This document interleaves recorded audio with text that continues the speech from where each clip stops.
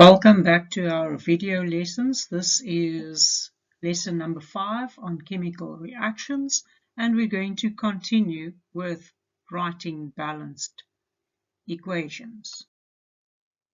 So the first one, or actually the third one, is iron reacting with oxygen to make iron 2 oxide. When we need to use ball diagrams, we find iron on the periodic table. I think it is in period 3, one of the transition elements. So it's got bigger atoms than oxygen, and oxygen is a diatomic element. So 2 atoms of oxygen are joined together.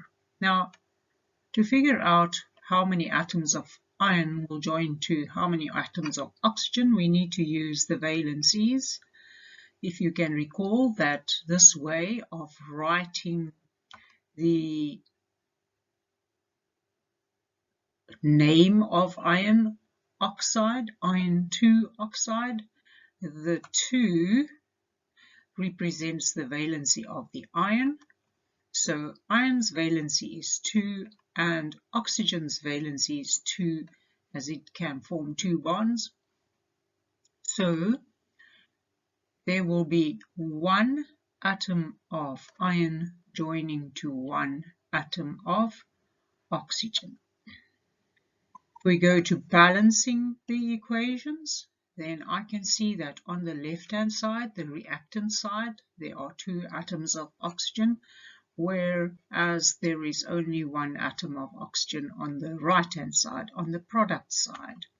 So we need to add a second oxygen, but because the product will be iron oxide, the oxygen can't come alone. It's in a bond with iron.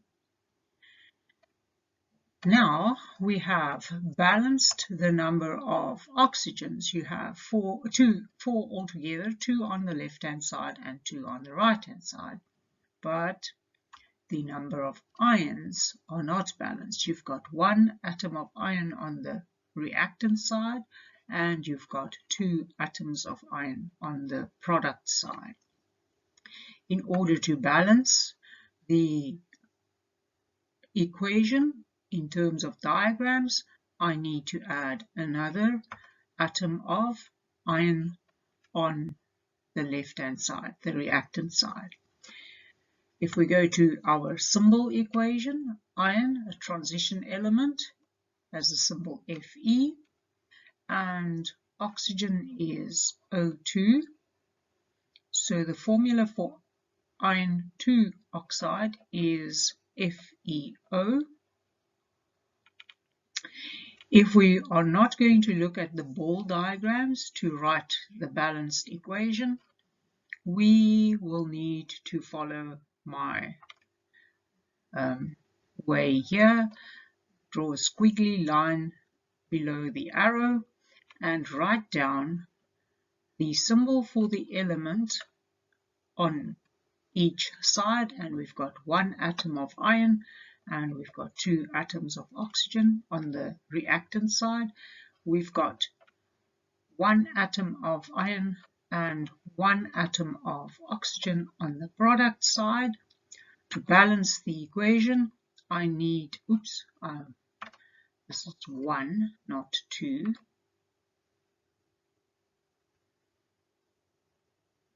To balance the equation, we need 2 atoms of iron on the product side, so I need to multiply iron oxide's formula by 2, but that changes the number of iron atoms to 2, as well as the number of oxygen atoms to 2. In order to balance the equation on the right-hand side, the number of ions here, we need 2, not 1. So I'm going to multiply the iron atoms by 2 so that we can have 2 ions and 2 oxygens on each side. Then you double check the number of ions on each side of the arrow is 2. the number of oxygens on each side of the arrow is 2. So the ratio between the iron, the oxygen, and the iron oxide is 2 to 1 to 2. It means that 2 atoms of iron reacts with 1 molecule of oxygen to form 2 molecules of iron oxide.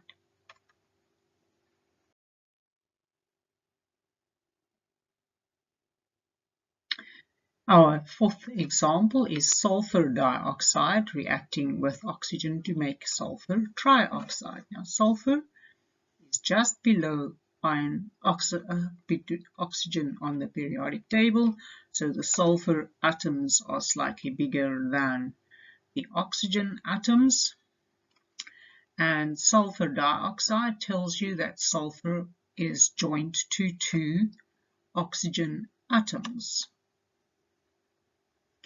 And oxygen is a diatomic element, so there are 2 atoms in the molecule of oxygen.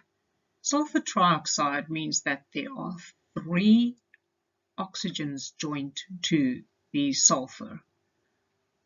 So I will join them like this.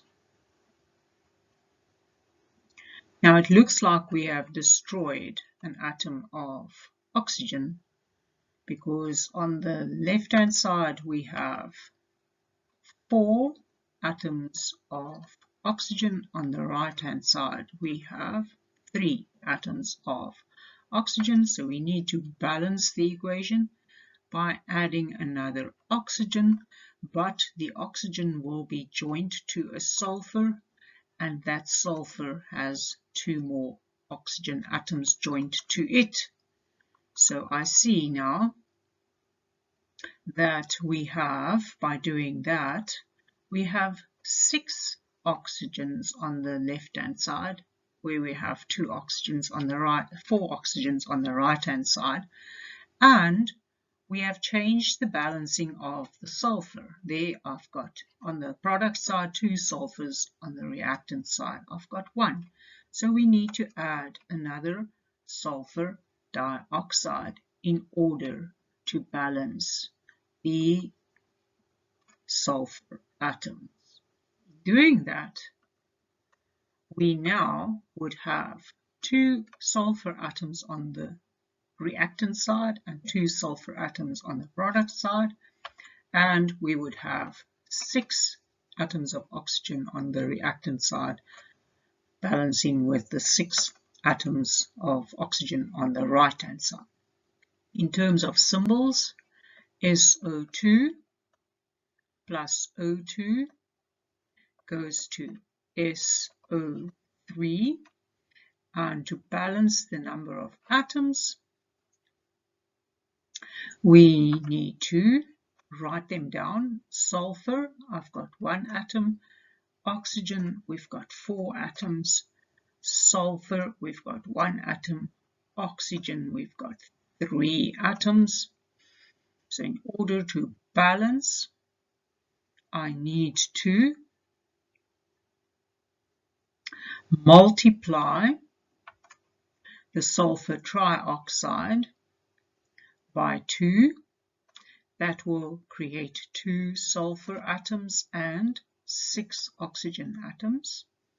And on the product side and on the reactant side, we will have to multiply the sulfur dioxide by 2, and that creates 2 sulfur atoms, and 2 times the 2 oxygens plus another 2 oxygens will be 6 oxygens. 4 oxygens from the sulfur dioxide, that's 4 atoms, and 2 atoms here from the oxygen will add up to 6. So the ratio between the reagents, 2 molecules of sulfur dioxide reacts with 1 molecule of oxygen to make 2 molecules of sulfur trioxide. The next equation is a reaction between ammonia and oxygen to make dinitrogen oxide and water. And I want you to do this yourself by following the instructions in the textbook. You will see that the instructions is activity 2 on page 122 in your textbook. So please do yourself a favor and follow the instructions there. Lastly, I want you to summarize the information you can get from a balanced equation. The textbook supplies this information on page 120. And I want you to refer to the following: the reactants, the products, the ratio between the number of particles, and the state of the reactants and the products. That is, whether they're in the solid, the liquid, or the gaseous phase, or whether they are in solution. Thank you for watching the video. I hope you found it very useful information. Bye until next time.